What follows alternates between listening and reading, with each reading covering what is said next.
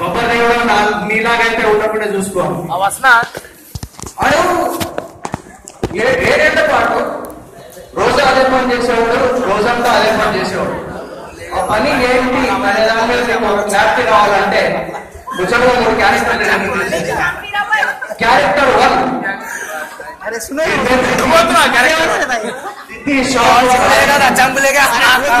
ఇది కొంచెం మెలకలు ఉంటుంది. ఒక కళ్ళు కోనసీమ కలర్ వేస్తుంది, రెండో కళ్ళు రాయలసీమ కలర్ వేస్తుంది. కటార బైక్, ఆ కటార బైక్ మీరు కటార బైక్ ఎందుకంటారంటే ఆ బైక్ కి head light, tail light, side stand, main stand, mudguards, brakes అట్లాంటివి ఉంటుంది. ఆడ ఆ బైక్ పేకర్ గాడికి గెలిచాడు 10 మంది చెప్పుకుంటాడు. అందులో ఎంత నిజం ఉందో ఆడికి ఆ బైక్ మీద బైక్ కానీ లేదు. క్యారెక్టర్ నెంబర్ 2 వీడి పేరు KP. KP short for Krishna Praveen.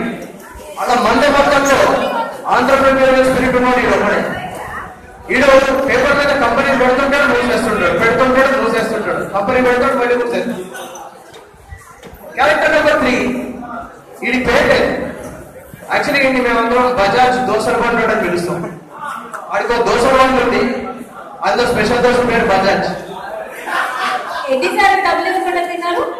ఆ తర్వాత సో ఈ ముచ్చట క్యారెక్టర్ అయిపోయిన తర్వాత బొబ్బర్ గారు ఏడు మొత్తం రోజంతా ఏం చేస్తాడు. Ready ready okay. పొద్దున్న వేస్తాడు, పొలం కొట్టాడు, కిందకి వెళ్తాడు, వాళ్ళ దగ్గర అన్నంతా తీసుకుంటాడు, బయటకు వస్తాడు, దోశలు పంటాడు, చేయి చూపిస్తాడు. చేయి చూడంగానే దోశలు పంటాడు 3 బజాజ్ చేస్తాడు. ఓ బజాజ్ 13 రూపాయలు, 3 బజాజ్ 39 రూపాయలు. రోడ్ క్రాస్ చేస్తాడు, దోశలు పంటాడు 50 రూపాయలు నోట్ ఇస్తాడు.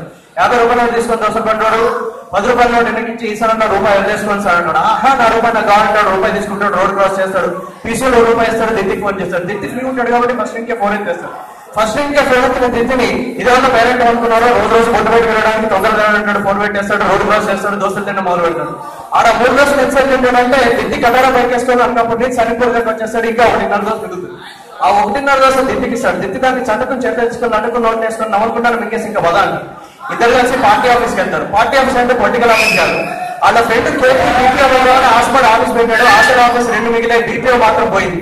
ఆ బాధ నిలబెట్టుకోవడానికి కేపీ బీపీఓ కూర్చొని పార్టీ చేసుకోవడం మొదలు పెట్టాడు.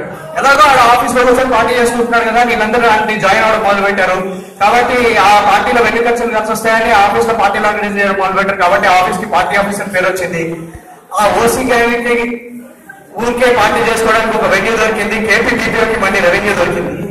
సో కట్ చేస్తే దిత్తి కడగా ఎక్కించుకొని మొబైల్ ఎక్కించుకొని ఎదురుగా పార్టీ ఆఫీస్కి వెళ్తారు, పార్టీ చేసుకొని మొదలు పెడతారు. పొద్దున మధ్యాహ్నం ఉంది, మధ్యాహ్నం సాయంత్రం ఉంది.